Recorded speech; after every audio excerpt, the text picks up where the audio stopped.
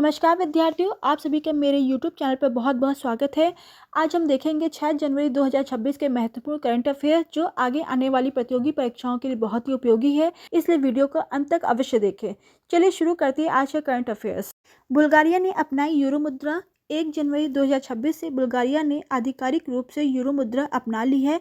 इसके साथ Bulgaria euro अपनाने वाला 21वां देश बन गया है। बुल्गारिया 2007 में यूरोपीय संघ में शामिल हुआ। अब बुल्गारिया में लेव और यूरो दोनों मुद्राएं मान्य होगी।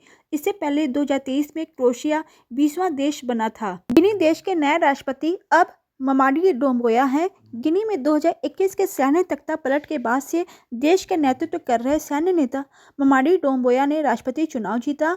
ममाडी डोम्बोया को 86.72% वोट प्राप्त हुए। गिनी के नए संविधान के तहत 7 वर्ष का कार्यकाल होगा।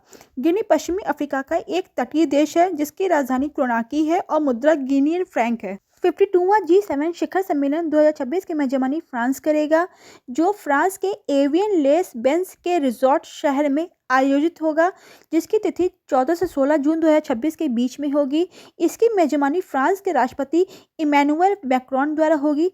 2025 का G7 शिखर सम्मेलन 15 से 17 जून 2025 को कनाडा में हुआ था।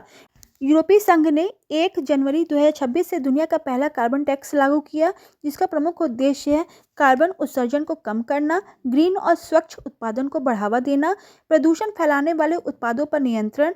इसका आधिकारिक नाम है कार्बन बॉर्डर एडजस्टमेंट मैकेनिज्म।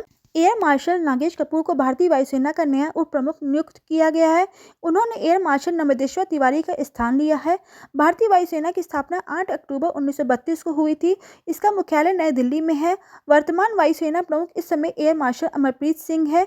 भारतीय वायुसेना का मोटो है नभः स्पृशदीप्तम्। तमिलनाडु में पारंपरिक खेलों और संस्कृति से जुड़ा जल्लीकट्टू महोत्सव 2026 आयोजित किया गया।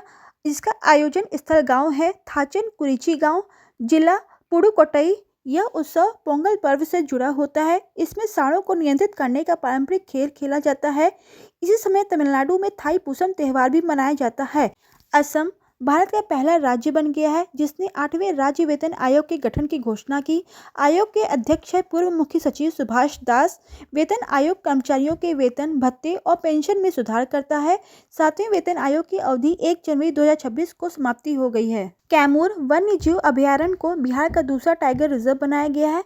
पहला tiger reserve Valmiki tiger reserve है, जिसमें बाघों की संख्या 54 हो गई है, क्योंकि इसमें कुल 45 बाघ रह सकते हैं। बाघों की बढ़ती संख्या के कारण कैमूर को नया टाइगर रिजर्व बनाया जा रहा है।